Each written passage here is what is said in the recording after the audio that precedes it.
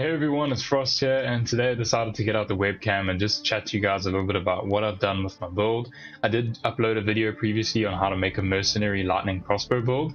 Also added a little bit of fire into that, so it had really cool visual effects and it was a really fun build to play.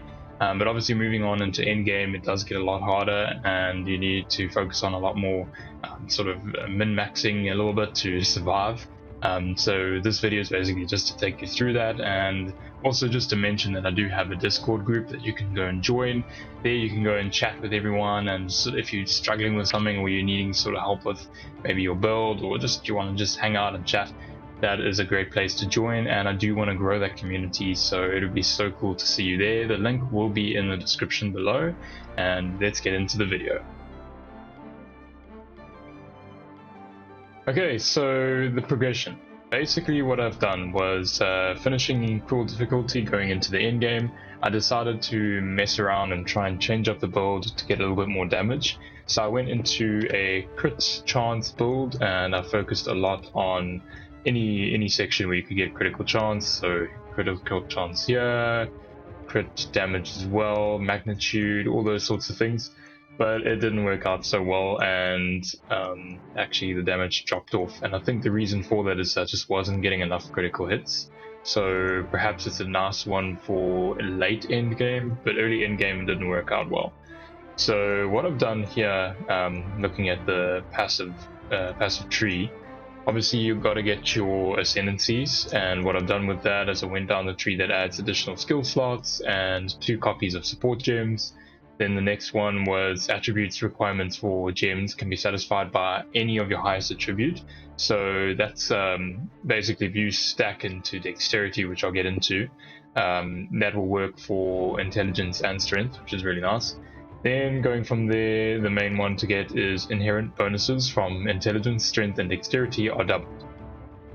So yeah, that just gives you a lot of freedom to sort of stack on your build and just really get a lot of quality of life as well, because you're gaining more health, more intelligence, more dexterity as well. Going down from here, I grabbed increased movement speed when you've killed an enemy recently, again stacking with that. And then you'll see I've got a jewel, we'll get into it later, but that sort of takes a lot of the skills that are in this area and gets a lot of benefits from it. But yeah, basically you want to focus on getting the herald skills here for increased area of effect and damage.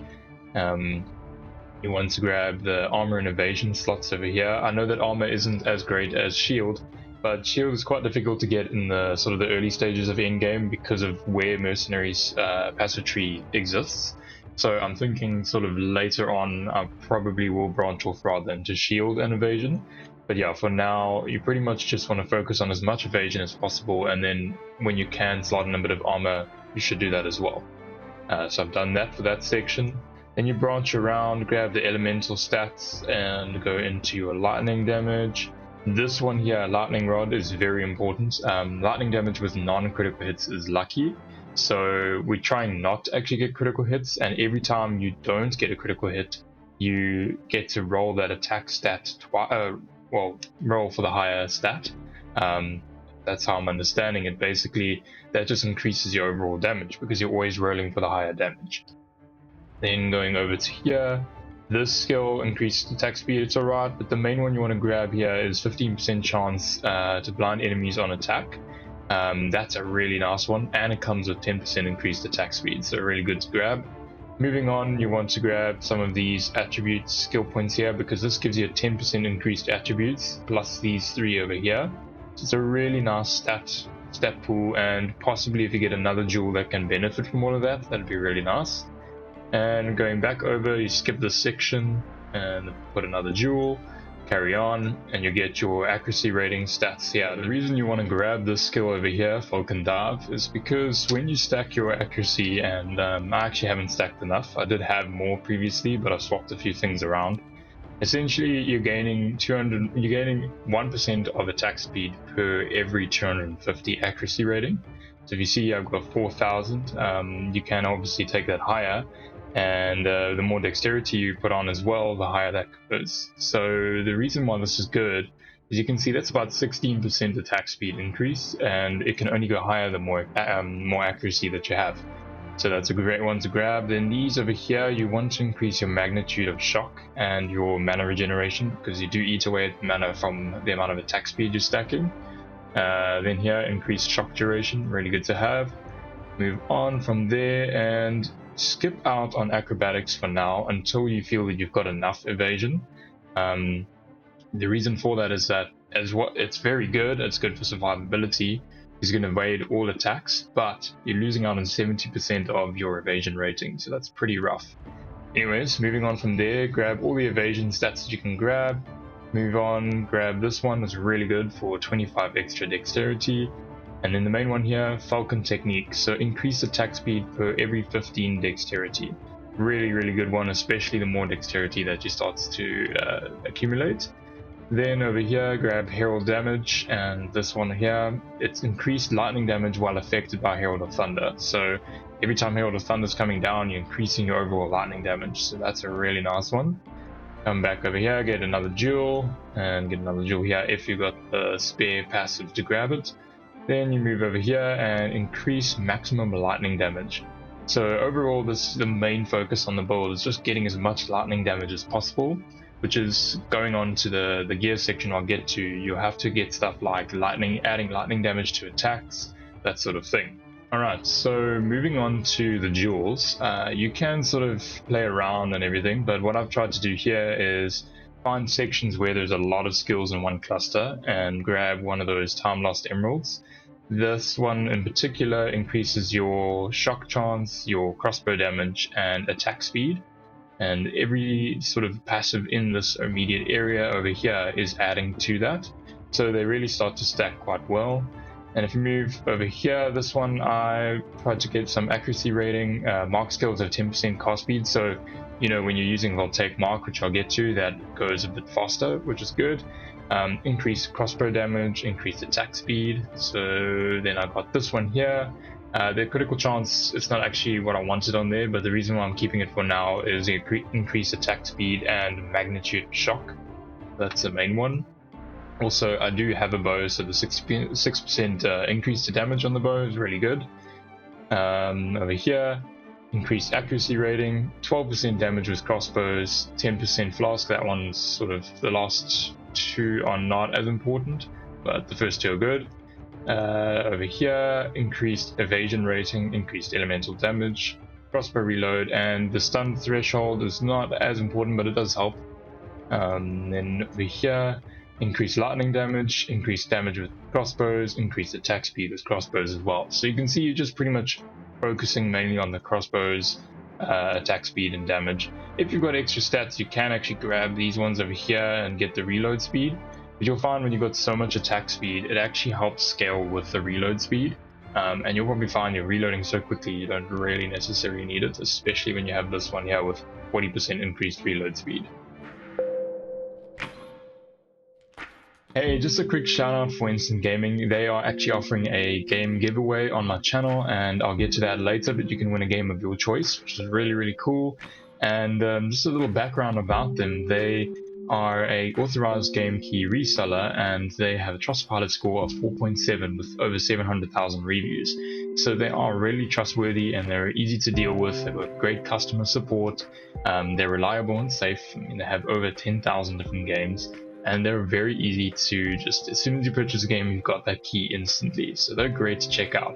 And if you look at some of the discounts, you can get Space Marine 2 for 30% discount, as it is on their already discounted pricing. So that's only $39. Some of the trending games, anything that you are sort of interested in, Path of Exile for example, really cheap. At the moment they're out of stock, so hopefully they will get some soon. You can get some pre-orders, you can get Final Fantasy, you can get Assassin's Creed Shadows. There's pretty much anything that you're wanting to grab, and they also do have upcoming games as well. I'm sure that they're going to have Monster Hunter Wilds, I think they do already. you can get for PlayStation, for Xbox, Nintendo. So they're a really cool company to check out. And if you're wanting to get those discounted prices, you can check out my affiliate link in the description. And anything that you purchase through that will also help my channel grow. So I'd really appreciate it. And it will go straight through to my Discord announcements. And that's also just so cool because you can see the community grabbing games. And you can go check out that Discord and just see that as well. Okay, so for the giveaway, there's about 10 days left to enter, and you pretty much just go onto the link in the description, you click it, you go through, you click participate, and then you'll be met with a screen where you can follow them on Instagram, follow them on Discord, follow them on X, follow them on Facebook, follow them on Twitch, follow on YouTube, and then you can also follow my Discord and follow my YouTube. And what you'll do there is you're just adding points and giving yourself a better chance to win. So I hope to see one of you win the game, and I'm really excited to see who that is and what you guys end up getting. Okay, so moving on to the skills. The main thing you want to get here is Lightning Rod, Galvanic Shards, Shock Burst Rounds, Emergency Reload, Orb of Storms, Herald of Thunder. Blink is sort of just an extra one, you don't need it, but I do like to be able to move around, and it just helps with maneuverability around the map. And you can also get yourself out of a dangerous situation, so it is nice. They'll take Mark, Wind Dancer, Herald of Ash, Mana Remnants. This one, you slot it in if you're finding you're running out of mana, that's the reason why I have that. And then Stormcaller Arrow. So going through the gems, on Lightning Rod you need to have your Scatter Shot, Neural Overload, Electrocute, and Lightning Infusion. So what you'll do is you'll shoot the Lightning Rods into the ground, and when you shoot through them, the lightning rods will actually electrocute the enemies, which basically just holds enemies still so that you can do extra damage and focus on them. Also, it's a little bit of crowd control, so it's nice to have there. The next one is Galvanic Shards. This is your main damage dealer, well, for crowd clearing, and you'll basically stick to just firing that the whole time. You don't need the lightning rods. It's only when you've got a tough enemy you shoot the lightning rod, and then you fire off there's a glitch in the hideout where if you swap too quickly it makes you get stuck. But then you would shoot the galvanic shards into the lightning rods, so that's pretty much what you'll do there. That's only if the enemies are a bit tough or if you're focusing on a magic enemy or a rare. But of course, when you do encounter a tough rare, you actually should focus on using your Stormcaller Arrow, and then firing off, after they're shocked, you fire off your Shock Burst rounds and do massive damage. So that's what you'll do there. Anyways, moving on from the lightning rods, the galvanic shards, you should have martial tempo for attack speed, primal armament, torque, and conduction. So conduction is very important. You need to shock the enemies as much as possible. That's pretty much what you got to focus on there. Shock burst rounds, martial tempo as well. You're getting 2 support gems because of the Gemling Legionnaire. Concentrated effect, because you pretty much are firing in a straight line. You don't really need that area of effect, so it's pretty much free 40% damage. Then for this one, fresh clip, every time you're reloading you're getting 1% more damage for each bolt that you've loaded. So for example, with looking at shock burst rounds, you pretty much have 18 rounds to fire there. You can even get more, so you're getting as soon as you load that, you're getting 18% extra damage. If you add, let's say, the fact that you've reloaded a second time in the past 6 seconds, you'll actually add even more to that. So it's a really great skill. Then primal armament as well, emergency reload. I've got 2 of these over here from powered support skills, 15% more damage. My only issue here is I'm not sure if you can have 2 on the same skill and if it stacks, but I just have that there, so let me know in the comments if you know. Then Murderous Intent, this is pretty much just Culling Strike on your Shock Burst rounds. It really just finishes off the enemy as you're getting to the end of it. It's great for bossing. Next one, Orb of Storms. So this one is an extra skill if you want it, but basically what I do is put the Orb of Storms down, and I've got Persistence, so it lasts longer, and Font of Rage, so I get extra damage as I'm going, or as I'm standing in the vicinity of the Orb of Storms, and also Font of Mana for extra mana regeneration while I'm in that. As you can see, it's going back down. And then I've got Arcane Tempo, so that's pretty much just get it out 25% faster. Really nice to have there.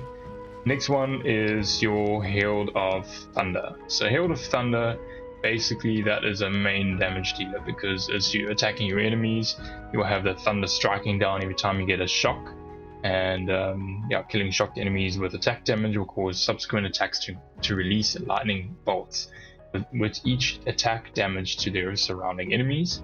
And from there, you're spreading out that Herald of Thunder across all the enemies, and then you're triggering Herald of Ash. The Herald of Ash is pretty much as soon as the enemy gets killed from the Herald of Thunder, it procs Herald of Ash, which basically does an explosion of fire, doing extra damage to the surrounding enemies. So that's really nice. The skills are going to have their long shot, because you're probably going to hit enemies further down. Innovate, because when you do attack an enemy that's shocked, or killing that enemy, you would get Innovate, and all your damage from lightning is increased by, for 3 seconds by 35%. Coursing Current, 50% chance of shock enemies in a 2.5 meter radius. So as soon as you're hitting one enemy, you're shocking others. Blink is just ingenuity, and I've stacked both if it works. I'm not sure, but it seems to. Second Wind, so you can pretty much just blink around twice before you have to charge up again. Next one is Wind Dancer. So for Wind Dancer, you pretty much need to have Maim, Blind, and Clarity. So Clarity was just extra mana regeneration if you need it, but these two, Blind and Maim, are very important. If the enemy hits you, they get knocked back from the Wind Dancer, and they get blinded, and they get maimed, which slows them down. So they can't hit you easily, and they slow down. So it's helpful for survivability. Herald of Ash, I've got Cannibalism, so when you do get a kill, you're getting some of the life recovery. Then Fire Mastery, that's just extra damage there, and then Magnified Effects. You want that explosion to just try and hit more enemies. Mana Remnants, I've got Lightning Mastery. You can start other things on here, but I just didn't have enough points to spend. And then the next one, for Stormcaller Arrow, you need to have Conduction, so you can get more shock, Lightning Exposure, and Overcharge. So Lightning Exposure, as soon as you shock an enemy, you expose them to lightning, making them take more damage. Because the resistances have been reduced, so that's what that does. Then Overcharge, increasing the magnitude of the shocks inflicted with the skill. So it does have less shock duration, but you pretty much want to have as high a magnitude as possible, because that means they take more damage.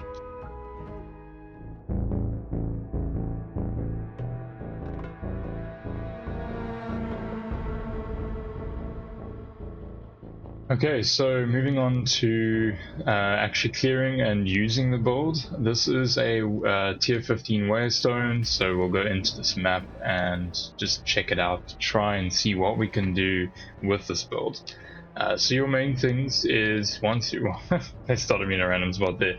Okay, so once you're into your map, you pretty much can use Blink to get around, then just use Galvanic Shards for all of your crowd clearing. Like I said, you won't need lightning rods for most enemies. This should just do the trick. But if you run into a large pack, or you need to get rid of them, you can use some lightning rods, Orb of Storms, and just stand in the Orb of Storms and just release massive damage. So that's what I've done there. Just avoid area damage, because your evasion's not going to help with that. Or sorry, like your damage over time stats. But yeah, pretty much Galvanic Shards sorts out most enemies. You don't even need to switch to your Shock Burst rounds if you're dealing with a rare that's in a group, because they'll get damaged from the Herald of Ash, Herald of Thunder. Yeah, that's pretty easy. Then for enemies that are more tough, hopefully I'll come across one I can show you. You'll use your Stormcaller arrows on them. But yeah, this is pretty easy to do the clearing. You won't battle with these. So yeah, I'll just pretty much go through that. So I'm going to just cut to a section where I do find a rare, so we'll see you there. Okay, so when you encounter a rare that's pretty tough, what you can do is just use your Stormcaller arrows and then spam your Shock Burst rounds, and you'll kill it instantly. If you're dealing with something really tough, you can actually do your Voltaic Mark on them, and that will basically just increase the overall damage.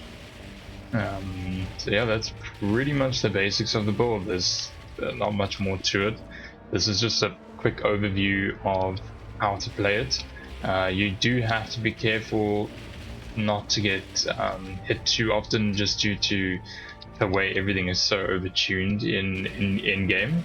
And going into the higher tier maps, you might find survivability is an issue, but overall damage should be pretty easy to deal with most things. Like here, I'll just use a voltaic mark, shock burst, stormcaller arrows, move on to shock burst rounds, boom, done.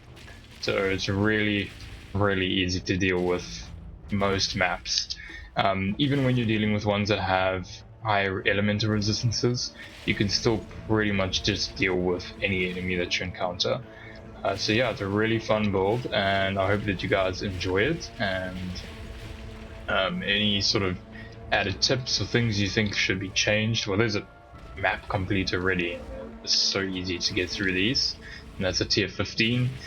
But yeah, if you guys are wanting any tips and you're needing some help with the build, you can just let me know in the comments, or even just join the Discord and chat to me there.